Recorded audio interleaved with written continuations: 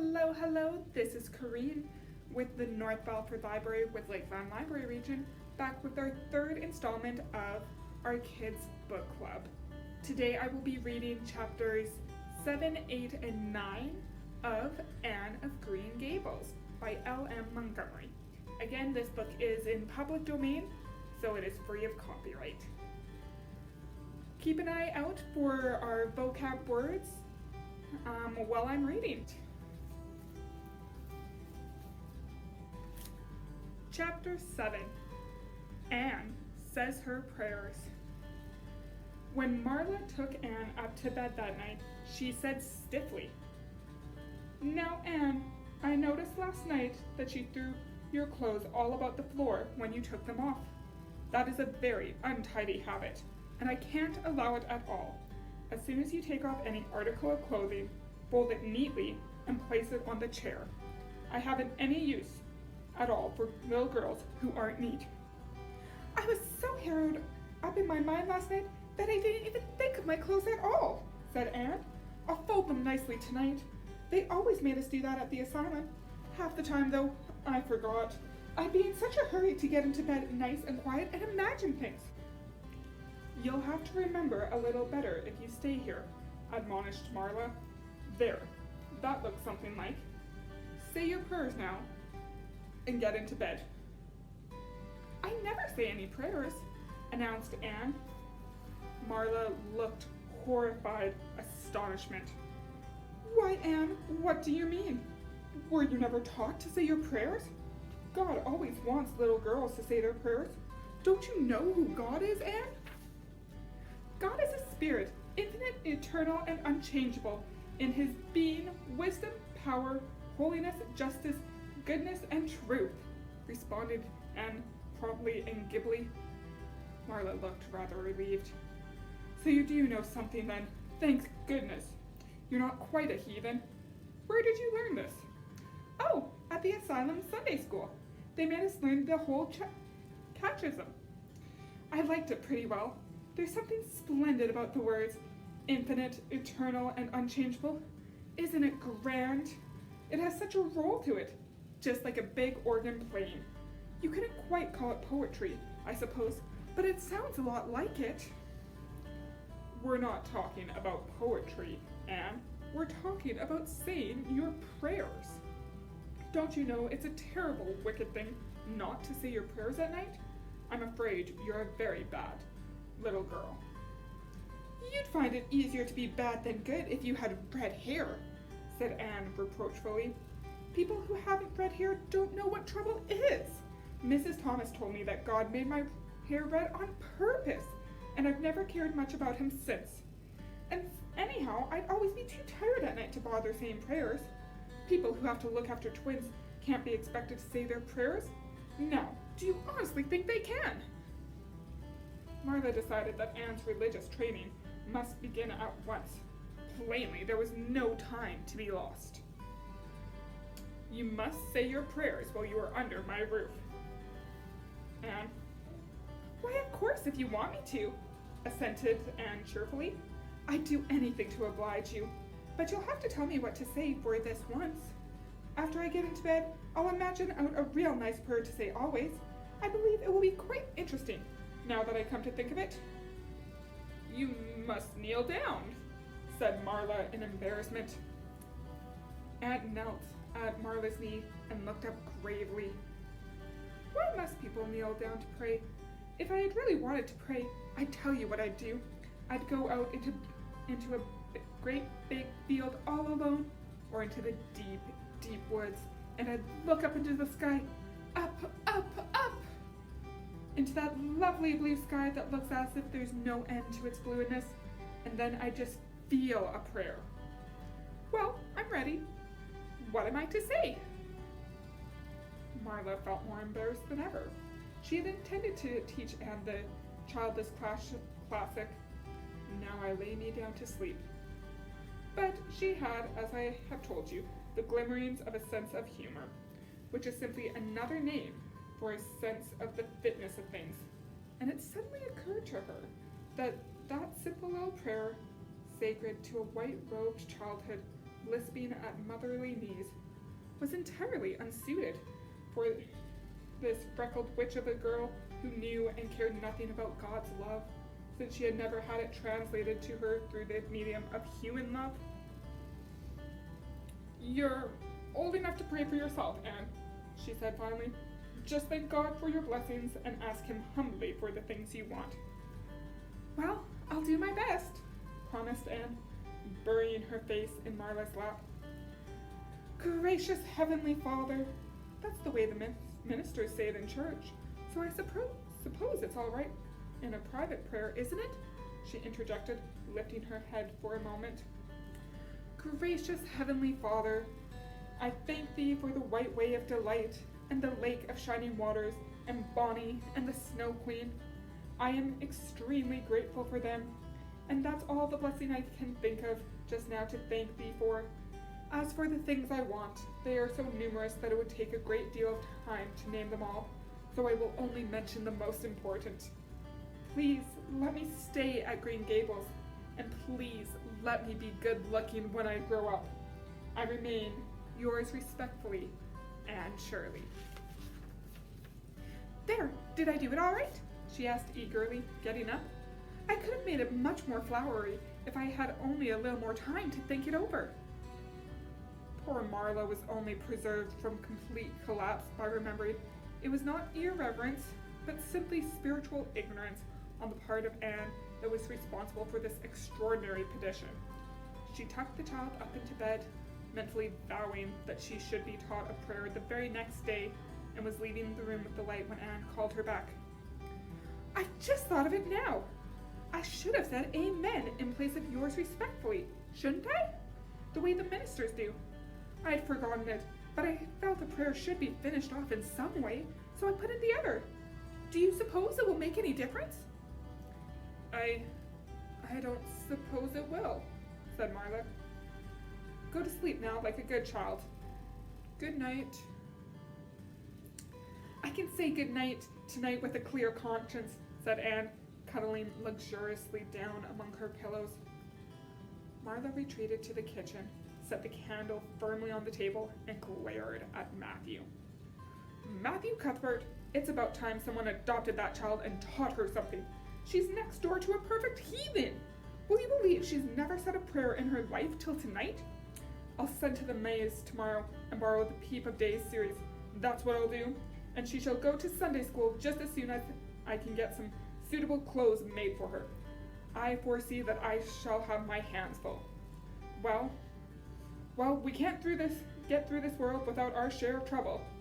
I've had an easy life of it so far, but my time has come at last, and I suppose I'll just have to make the best of it." Chapter 8. Anne's bringing up is begun.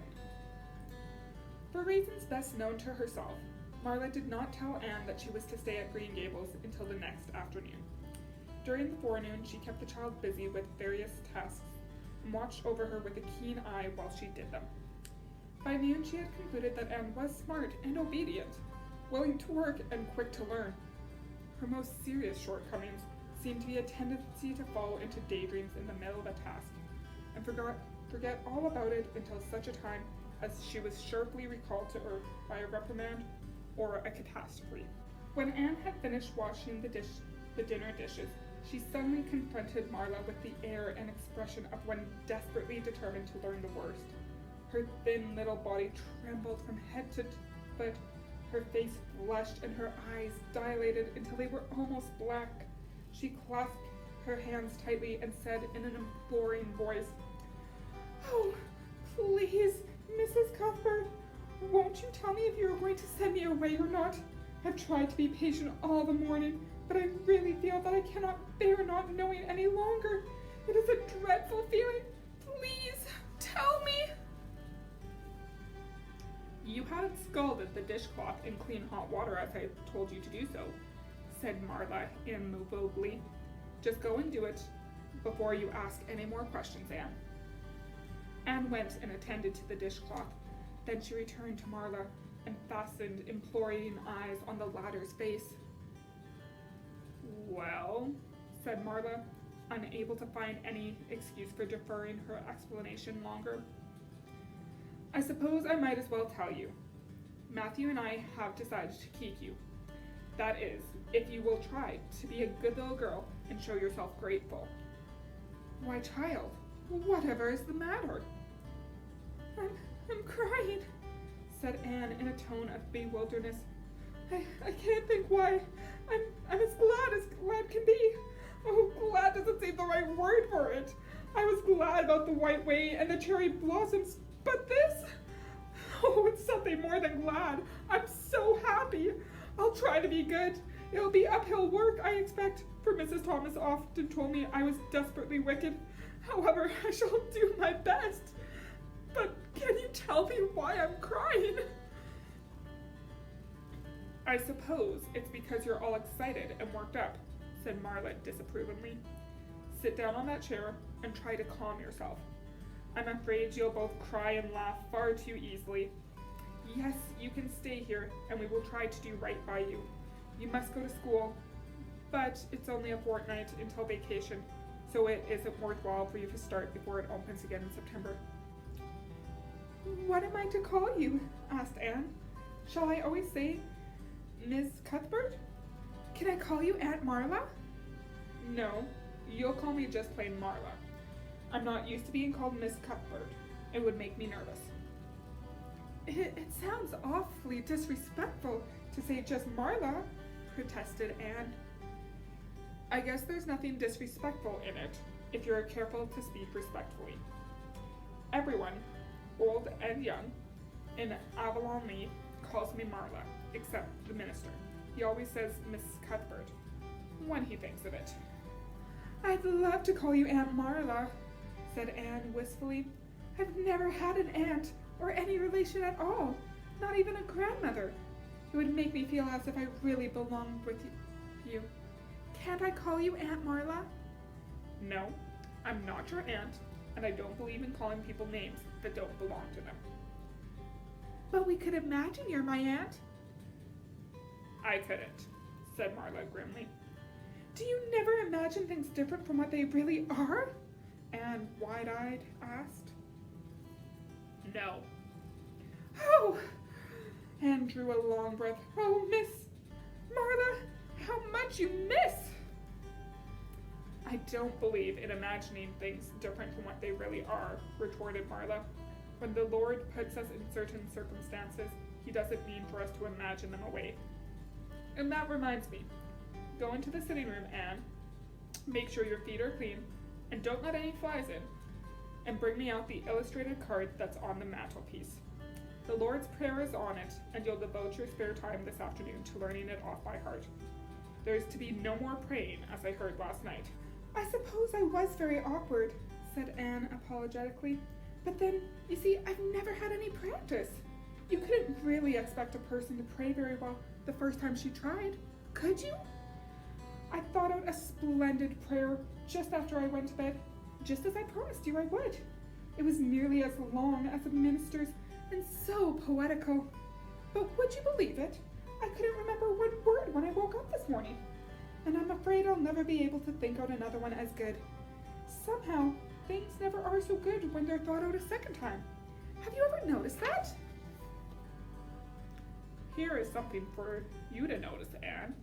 When I tell you to do something, I want you to obey me at once and not stand stock still and discourse about it. Just you go and do as I bid you. Anne promptly departed for the sitting room across the hall. She failed to return. After waiting 10 minutes, Marla laid down her knitting and marched after her with a grim expression. She found Anne standing motionless before a picture hanging on the wall between the two windows, with her hands clasped behind her, her face uplifted, and her eyes a star with dreams. The white and green light strained through apple trees and clustering vines outside fell over the wrapped little figure with a half-unearthly radiance. Anne, whatever are you thinking of? Demanded Marla sharply. Anne came back to earth with a start. That, she said, pointing to a picture, a rather vivid chromio entitled Christ's blessing little children. And I was just imagining I was one of them, that I was that little girl in the blue dress, standing off by myself in the corner as if she didn't belong to anyone. Like me. She looked so lonely and sad, don't you think? I guess she hadn't any father or mother of her own. But she wanted to be blessed too, so she just crept shyly up on the outside of the crowd, hoping no one would notice, except him. I'm sure I know just how she would have felt. Her heart must have beat, and her hands must have got cold, like mine did when I asked you if I could stay. She was afraid he mightn't have noticed her, but it's likely he did, don't you think? I've been trying to imagine it all out, her edging a little nearer all the time until she was quite close to him, and then he would look at her and put his hand on her hair, and oh, what a thrill of joy would run over her. But I wish the artist hadn't painted him so sorrowful looking. I wish all his pictures are like that, if you've noticed. But I don't believe he really could have looked so sad, or the children would have been afraid of him. Anne, Marla said, wondering why she had not broken into this speech long before. You shouldn't talk that way. It's irreverent. Positively irreverent. Anne's eyes marveled. Why, I felt just as irreverent as I could be. I'm sure I didn't mean to be irreverent. Well, I don't suppose you did, but it doesn't sound right to talk so familiar about things. And another thing, Anne, when I send you after something, you're to bring it to me at once and not fall into mooning and imagining 4 pictures. Remember that. Take that card and come right to the kitchen. Now sit down in the corner and learn that prayer off by heart. Anne set the card up against the jugful of apple blossoms she had brought in to decorate the dinner table. Marla had eyed that decoration askance, but had said nothing, propped her chin on her hands, and fell to studying it intently for several minutes. I like this, she announced at length. It's beautiful. I've heard it before. I heard the superintendent of the asylum Sunday school say it over once, but I didn't like it then. He had such a cracked voice and he prayed so mournfully. I really felt sure he thought praying was a disagreeable duty. This isn't poetry, but it makes me feel just the same way poetry does. Our Father, art thou in heaven, hallowed be thy name. Oh, it's just like a line of music. Oh, I'm so glad you thought of making me learn this, Miss Marla. Well, learn it and hold your tongue, said Marla shortly. Anne tipped the vase of apple blossoms near enough to bestow a soft kiss on a pink-cupped bud, and then studied diligently for moments longer. Marla, she demanded presently, do you ever think that I shall have a bosom friend here in Avonlea? A what kind of friend? A bosom friend. An intimate friend, you know. A really kindred spirit to whom I can confide my most innermost soul. I've dreamed of meeting her all my life, and I never really supposed that I would. But so many of my loveliest dreams have come true all at once that perhaps this one will too. Do you think it's possible? Diane Barry lives over at Orchard Slope, and she's about your age. She's a very nice little girl, and perhaps she will be a playmate for you when she comes home. She's visiting her aunt at Cardmody just now. You'll have to be careful about how you behave, though. Mrs. Barry is a very particular woman. She won't let Diana play with just any little girl who isn't nice and good. Anne looked at Marla through the apple blossoms, her eyes aglow with interest. What is Diana like? Her hair isn't red, is it? Oh, I hope it's not. It's bad enough to have red hair myself, but I positively couldn't endure it in a bosom friend. Diana is a very pretty little girl. She has black eyes and hair and rosy cheeks, and she is good and smart, which is better than being pretty. Marla was as fond of morals as the Duchess in Wonderland, and was firmly convinced that one should be tacked on to every remark made to a child who was being brought up. But Anne waved the moral inconsequently aside and seized only on the delightful possibilities before it. Oh, I'm so glad she's pretty. Next to being beautiful oneself, and that's impossible in my case, it would be best to have a beautiful bosom friend. When I lived with Mrs. Thomas, she had a bookcase in her sitting room with glass doors. There weren't any books in it. Mrs. Thomas kept her best china and her preserves there, when she had any preserves to keep. One of the doors was broken. Mr. Thomas smashed it one night when he was slightly intoxicated. But the other was whole, and I used to pretend that my reflection in it was another little girl who lived in it. I called her Katie Maurice, and we were very intimate. I used to talk to her by the hour, especially on Sunday, and tell her everything. Katie was the comfort and consolation of my life. We used to pretend that the bookcase was enchanted, and if I only knew the spell, I could open the door and step right into the room where Katie Maurice lived, instead of onto Mrs. Thomas's shelves of preserves and china. And then Katie Maurice would have taken me by the hand and led me into a wonderful place of flowers and sunshines and fairies, and we would have lived there happily ever after. When I went to live with Mrs. Hammond, it just broke my heart to leave Katie Maurice. She felt it dreadfully too. I know she did, for she was crying when she kissed me goodbye through the bookcase door. There was no bookcase at Mrs. Hammond, but just up the river a little ways from the house, there was a long green valley, and the loveliest echo lived there. It echoed back every word you said, even if you didn't talk a bit loud. So I imagined that it was a little girl named Violetta, and we were great friends.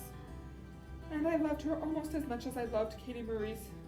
Not quite, but almost, you know. The night before I went to the asylum, I said goodbye to Violetta, and oh, her goodbye came back to me in such sad, sad tones. I had become so attached to her that I hadn't the heart to imagine a bosom friend at the asylum, even if there had been any scope of the imagination there. I think it's just as well if there wasn't, said Marla dryly. I don't approve of such goings-on. You seem to half believe your own imaginations. It will be well for you to have a real live friend to put such nonsense out of your heads. But don't let Mrs. Barry hear you talking about your Katie Maurices and Violettas, or she'll think you'll tell stories. Oh, I won't. I couldn't talk of them to everybody. Their memories are too sacred for that. But I thought I'd like to have you know about them. Oh, look! Here's a big bee just tumbled out of an apple blossom. Just think of what a lovely place to live, in an apple blossom. Fancy going to sleep in it when the wind was rocking it. If I wasn't a human girl, I think I'd like to be a bee and live among the flowers. Yesterday you wanted to be a seagull, sniffed Marla. I think you are very fickle-minded. I told you to learn that prayer and not talk. But it seems impossible for you to stop talking if you've got anyone that will listen to you. So go up to your room and learn it. Oh, I know it pretty well, nearly all now. All but just the last line. Well, never mind, do as I tell you. Go to your room and finish learning it well, and stay there till I call you down to help me get tea. Can I take the apple blossoms with me for company? Pleaded Anne. No, you don't want your room cluttered up with flowers. You should have left them on the tree in the first place. I did feel a little that way too, said Anne. I kind of felt I shouldn't shorten their lovely lives by picking them. I shouldn't want to be picked if I were an apple blossom, but the temptation was irresistible. What do you do when you meet with an irresistible temptation? Anne, did you hear me tell you to go to your room? Anne sighed, retreated to the east gable, and sat down in a chair by the window.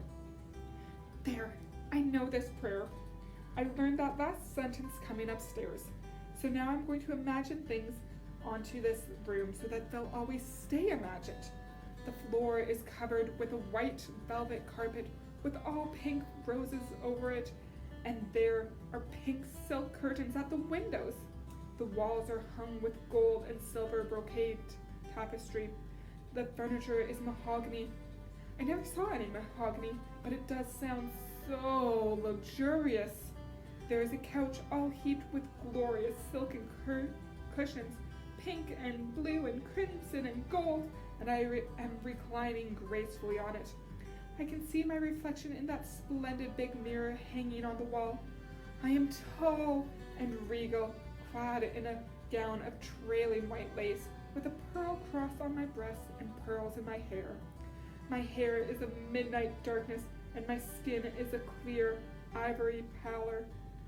My name is the Lady Cordelia Fitzgerald.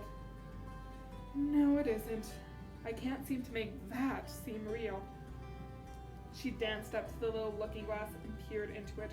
Her pointed, freckled face and solemn gray eyes peered back at her.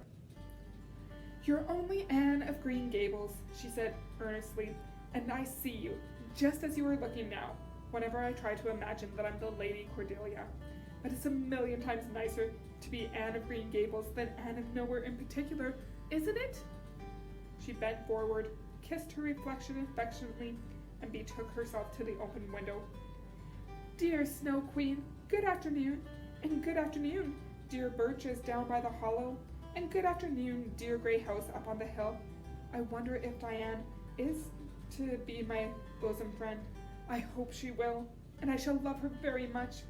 But I must never quite forget Katie Maurice and Violetta. They would feel so hurt as if I did, and I'd hate to hurt anybody's feelings, even a little bookcase girl or a little echo girl's. I must be careful to remember them and send them a kiss every day. Anne blew a couple of airy kisses from her fingertips past the cherry blossoms, and then, with her chin in her hands, drifted luxuriously out onto a sea of daydreams. Chapter 9. Mrs. Rachel Lynde is properly horrified. Anne had been a fortnight at Green Gables before Mrs. Lynde arrived to inspect her. Mrs. Rachel, to do her justice, was not to blame for this. A severe and unseasonable attack of grippe had confined that good lady to her house ever since the occasion of her last visit to Green Gables. Mrs. Rachel was not often sick and had a well-defined contempt for people who were. But grippe, she asserted, was like no other illness on earth and could only be interpreted as one of the special visitations of Providence. As soon as her doctor allowed her to put her foot out of doors, she hurried up to Green Gables, bursting with curiosity to see Matthew and Marla's orphan, concerning whom all sorts of stories and suppositions had gone abroad in Avonlea. Anne had made good use of every waking moment of that fortnight. Already she was acquainted with every tree and shrub about the place. She had discovered that a lane opened out below the apple orchard and ran up through a belt of woodland, and she had explored it to its furthest end in all of its delicious vagrancies of brook and bridge, fir coppice and wild cherry arch, corners thick with fern, and branching byways of maple and mountain ash. She had made friends with the spring down in the hollow, that wonderful, deep, clear, icy-cold spring. It was set about with smooth red sandstones and rimmed in by great palm-like clumps of water fern, and beyond it was a log bridge over the brook. That bridge led Anne's dancing feet up over a wooded hill beyond, where perpetual twilight reigned under the straight, thick-growing firs and spruces. The only flowers there were myriads of delicate June bells, whose shyest and sweetest of woodland blooms, and a few pale, aerial star flowers, like the spirits of last year's blossoms. Gossamers glimmered like threads of silver among the trees, and the fir boughs and tassels seemed to utter friendly speech. All these rapturous voyages of exploration were made in the odd half hours which she was allowed to play, and Anne talked Matthew and Marla half deaf over her discoveries.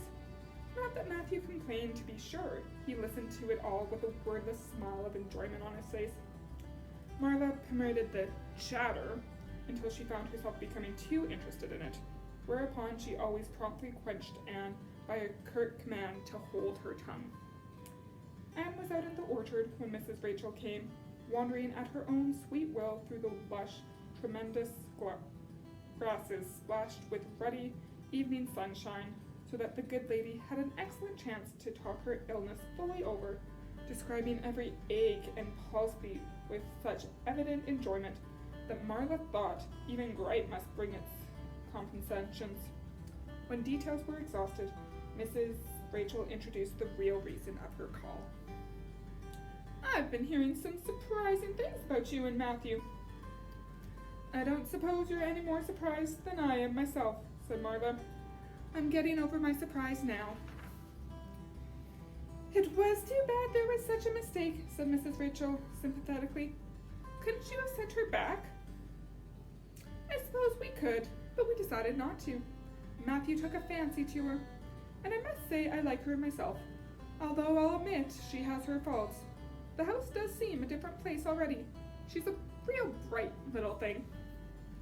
Martha said more than she had intended to say when she began, for she read disapproval in Mrs. Rachel's expression.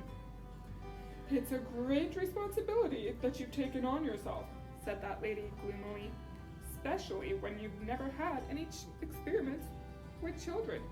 You don't know much about her or her real disposition, I suppose, and there's no guessing how a child like that will turn out. But I don't want to discourage you, I'm sure, Marla." "I'm not feeling discouraged," was Marla's dry response. "When I made up my mind to do a thing, it stays made up. I suppose you'd like to see Anne. I'll call her in." Anne came running in presently, her face sparkling with the delights of her orchard rovings, but abashed at finding herself in the unexpected presence of a stranger. She halted confusedly inside the door. She certainly was an odd-looking little creature, in the short, tight, wincey dress she had worn from the asylum, below which her thin, long legs seemed ungracefully long. Her freckles were more numerous and obtrusive than ever. The wind had ruffled her hatless hair into over-brilliant disorder. It had never looked redder than at that moment. "Well, they didn't pick you for your looks, that's sure and certain," was Mrs. Rachel Lynde's emphatic comment. Mrs. Rachel was one of those delightful and popular people who pride themselves on speaking their mind without fear or favor. "She's terribly skinny and homely, Marla. Come here, child, and let me have a look at you. Lawful heart, did anyone ever see such freckles? And hair as red as carrots? Come here, child, I say." Anne came there, but not exactly as Mrs. Rachel expected. With one bound, she crossed the kitchen floor and stood before Mrs. Rachel, her face scarlet with anger, her lips quivering, and her whole slender form trembling from head to foot. "I hate you!" she cried in a choked voice, stamping her foot on the floor. "I hate you! I hate you! I hate you!" A louder stamp with each assertion of hate.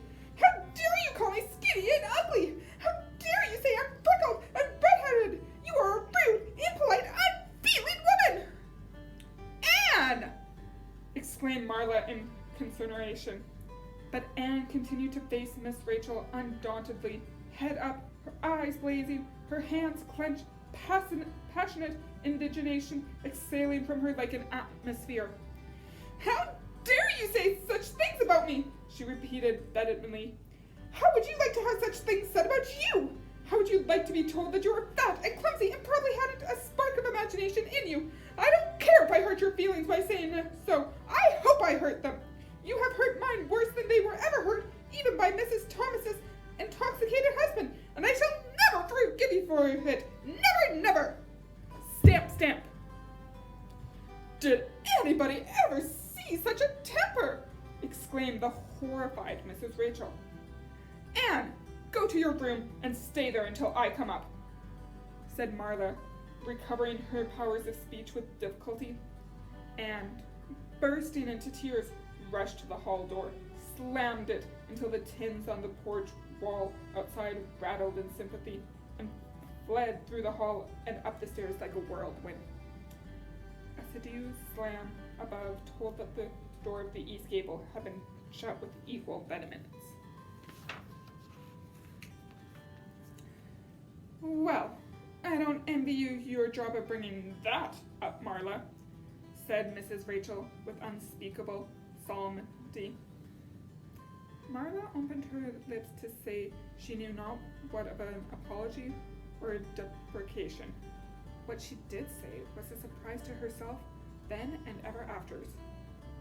"You shouldn't have twitted on about her looks, Rachel." "Marla Cuthbert, you don't mean to say that you're upholding her in such a terrible display of temper as we've just seen?" demanded Mrs. Rachel indignantly. "No," said Marla slowly. "I'm not trying to excuse her. She's been very naughty, and I'll have to give her a talking to about it. But we must make allowances for her. She's never been taught what is right, and you were too hard on her, Rachel." Marla could not help tacking on that last sentence, although she was again surprised at herself for doing it. Miss Rachel got up with an air of offended dignity. "Well, I see that I'll have to be careful what I say after this, Marla, since the fine feelings of orphans, brought from goodness knows where, have to be considered before anything else. Oh no, I'm not vexed.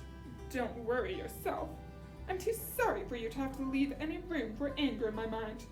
You'll have your troubles with that child, but if you'll take my advice, which I suppose you won't do, although I've brought up 10 children and buried 2, you'll do that talking to you mentioned with a fair-sized birch switch.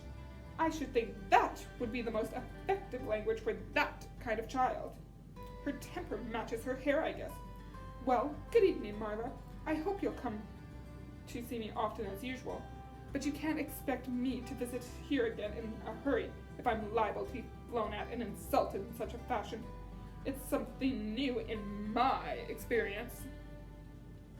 Whereat Mrs. Rachel swept out and away.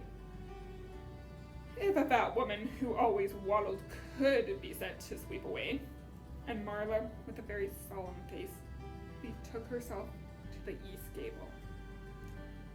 On the way upstairs, she pondered uneasily as to what she ought to do. She felt no little dismay over the scene which had just been enacted. How unfortunate that Anne should have displayed such a temper before Mrs. Rachel Lynde of all people. Then Martha suddenly became aware of an uncomfortable and revoking consciousness that she felt more humiliation over this than sorrow over this discovery of such a serious defect in Anne's disposition. And how was she to punish her? The amiable suggestion of the birch switch, to the efficiency of which all of Mrs. Rachel's own children could have borne smarting testimony, did not appeal to Marla. She did not believe she could whip a child.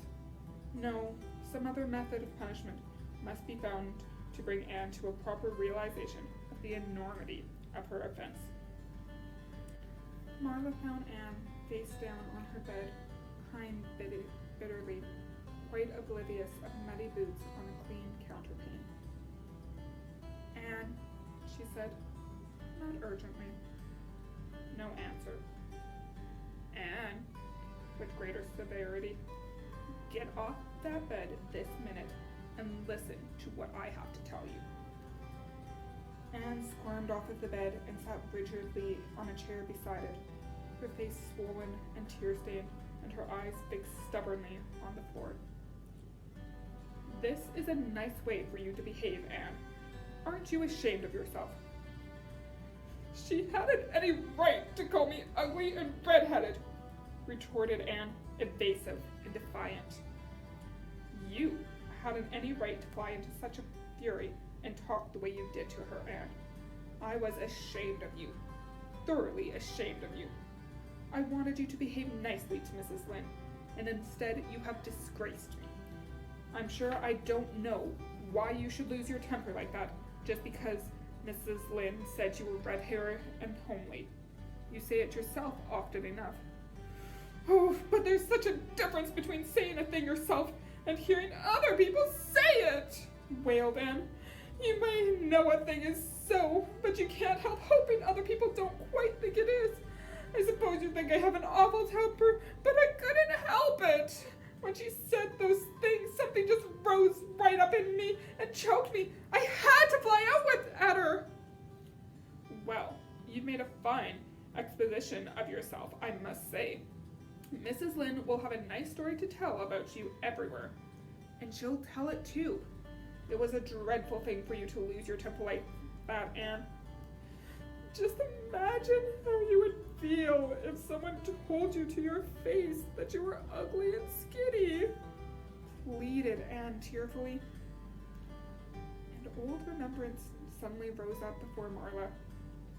She had been a very small child when she had heard one aunt say to another, "What a pity she is such a dark, homely little thing." Marla was every day of 50 before the sting had gone out of her memory. I don't say that I think Mrs. Lynde was exactly right in saying what she did to you, Anne, she admitted in a softer tone. Rachel is too outspoken, but that is no excuse for such behavior on your part. She was a stranger and an elderly person and my visitor. All three very good reasons why you should have been respectful to her. You were rude and saucy, and Marla had a saving inspiration of punishment. You must go to her and tell her you are very sorry for your bad temper and ask her to forgive you. I can never do that, said Anne determinedly and darkly. You can punish me any way you like, Marla. You can shut me up in a dark, damp dungeon inhabited by snakes and toads and only feed me on bread and water, and I shall not complain. But I cannot ask Mrs. Lynde to forgive me. We're not in the habit of shutting people up in dark, damp dungeons, said Marla dryly, especially as they're rather scarce in Avonlea. But apologize to Mrs. Lynde you shall, and must, and you'll stay here in your room until you can tell me you're willing to do this. I shall have to stay here forever then, said Anne mournfully, because I can't tell Mrs. Lynde I'm sorry I've said those things to her. How can I? I'm not sorry. I'm sorry I vexed you, but I'm glad I told her just what I did. It was a great satisfaction. I can't say I'm sorry when I'm not, can I? I can't even imagine I'm sorry. Perhaps your imagination will be in better working order by morning, said Marla, rising to depart, and you'll have the night to think over your conduct in and come to a better frame of mind. You'd said you would try to be a very good girl if we kept you at Green Gables, but I must say it hasn't seemed much like it this evening. Leaving this Parthian shaft to rankle in Anne's stormy bosom, Marla descended to the kitchen, grievously troubled in mind and vexed in soul. She was as angry with herself as with Aunt, because whenever she recalled Mrs. Rachel's dumbfounded countenance, her lips twitched with amusement, and she felt a most reprehensible desire to laugh. And that comes to the end of today's section. I hope everyone is enjoying my videos, and if you have any comments or recommendations for improvement, please let me know. Have a great rest of your day and stay safe. Bye!